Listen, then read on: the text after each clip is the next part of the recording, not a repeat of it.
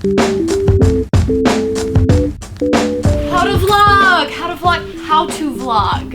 A vlog, or a video blog, has become very big on YouTube. It's basically sharing your life, sharing your perspectives, typically on a weekly or some type of consistent basis here on the interwebs, here on the YouTubes. The concept of a vlog goes beyond vlogging. It's being able to share a story. So I want to take this time in 4 parts, share with you how to make a story. So how to vlog, but also how do you film something, get it onto your computer, do all the fancy stuff in an editing software, and then export it and put it on to the internet. Maybe that sounded like a lot, but I'm going to break it down for you. I'm in a hotel right now in San Francisco, and I have been vlogging it up while here.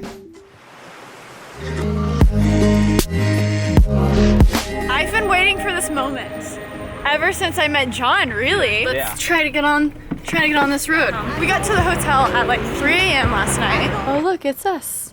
There is a green screen behind me. I'm here at Adobe in San Francisco. You want to share stuff via video, so that probably means you want a camera to film yourself, to film other people, and so which one is right for you? I would recommend 3 options in order from easiest to use to maybe the more complex. You have your phone, like an iPhone. It takes fantastic video. You have a point and shoot, which is a smaller form factor camera, and number 3 is a mirrorless or a DSLR camera that allows interchangeable lenses, so you can buy different focal length lenses and use them on your camera bodies to accomplish different things.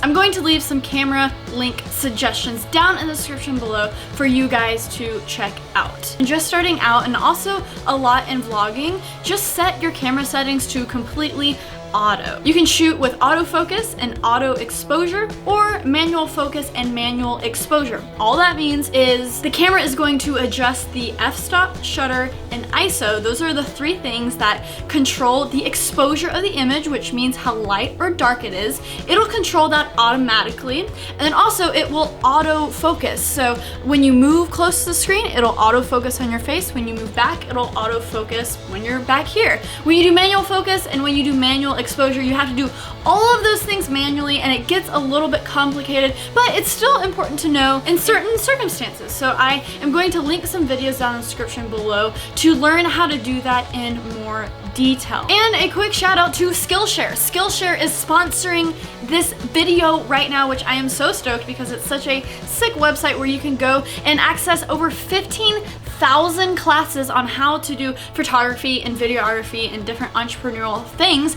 and they have a lot of resources on this subject as well, and you can go and get a 2-month free trial with my link in the description below. So moving on, you have your camera, you're shooting an autofocus, you're shooting an auto exposure. What is next? It's time to film. So you take that camera of yours, whether it's a point and shoot or your phone or a fancier camera, you get yourself a SD card. This is what footage goes on.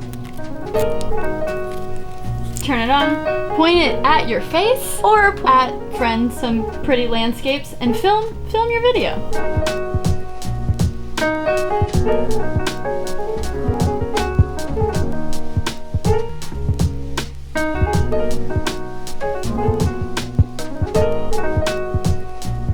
You want to grab your computer, your SD card, and I use a external hard drive when editing because I do not have enough space on my computer. Put your SD card into your computer. If you don't have a SD slot, you can buy a USB to SD hub. When shooting on my Sony point and shoot, you kind of have to go through a mess of folders just to get to the clips. It's different for every camera, but I go into clips, prioritize by kind, I grab my MP4 files, and I drag them onto my external hard drive. I'm gonna go into my hard drive. Here I organize by date, that's the first priority, so 2017, YouTube, vlogs, and then I categorize my vlogs based on date and location. So this is what it looks like.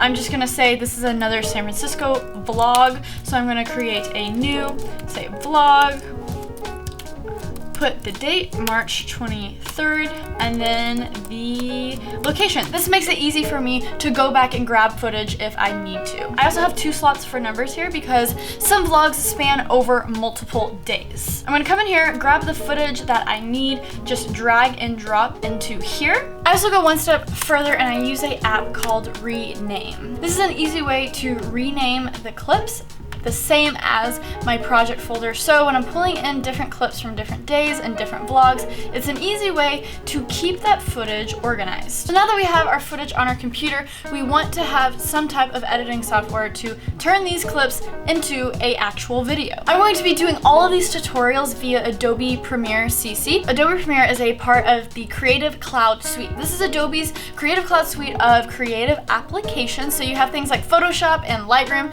to edit pictures, and then you have things like InDesign to design and do more graphic design things. And so it's this whole suite of apps that you get for a monthly payment. It really comes in handy for me because how the apps integrate with each other, I use more than Premiere. If you want something maybe a little bit simpler, or you don't need all of those other apps, Final Cut Pro 10 is an option, something you can buy on the App Store for a one-time purchase instead of a monthly payment. But if you're just starting, I would definitely recommend iMovie. It's free, or something like Sony Vegas. When it comes to video editing software, Premiere versus Final Cut, there's a lot of debate on the internet pitting those 2 softwares against each other. I personally love the layout of Premiere. The 4-window layout and how things operate is just my jam, and I edit so fast in Premiere. Final Cut is a totally different beast. The layout is completely different, and something that really turned me off to the program when I was using it after Final Cut Pro 7 was the magnetic timeline. Just the way clips interact with each other on the timeline isn't very natural. I think you can turn that off now,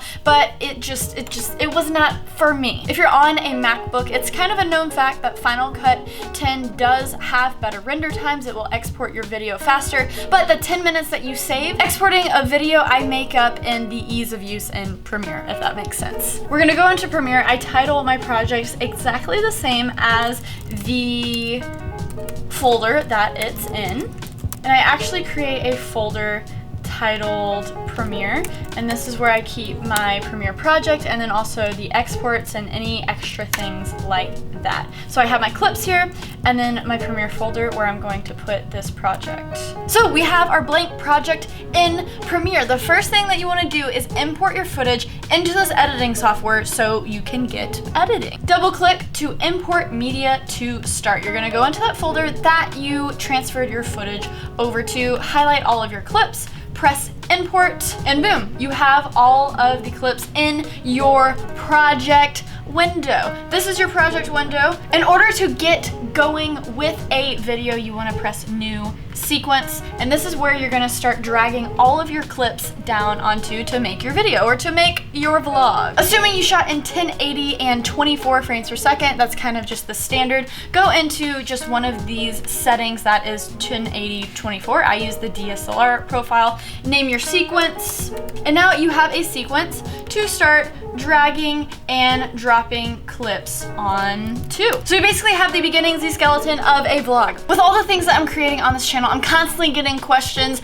as to how, and I'm basically bringing you through step by step on how. So feel free to ask me questions along the way. If you're new around here, my name is Sara Dietschy, rhymes with peachy. Let me know if you liked this video and hit that subscribe button down below if you have not yet for more fun stuff like this, but then I actually show you kind of what I'm doing in life through my vlogs, and then I also do a lot of tech reviews. And I wanted to do just one more quick shout out to the sponsor of this video, Skillshare. Thank you so much. They have a ton of tutorials and videos on Skillshare.com, and you can actually use my link in the description below to get 2 months free. You can take over 15,000 classes in photography, video design. You can try out a project, and you can even teach a class. So definitely make sure to check out that link in the description. And just thank you.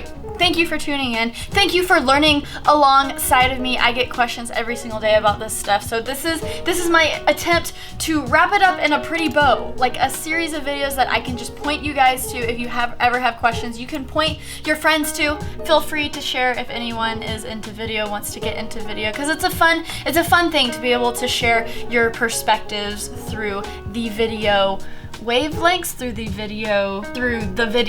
I post here on my YouTube channel every single weekday, Monday through Friday at 8 p.m. Eastern Standard Time. So I will see you in the next one. Remember to stay peachy. Okay, bye.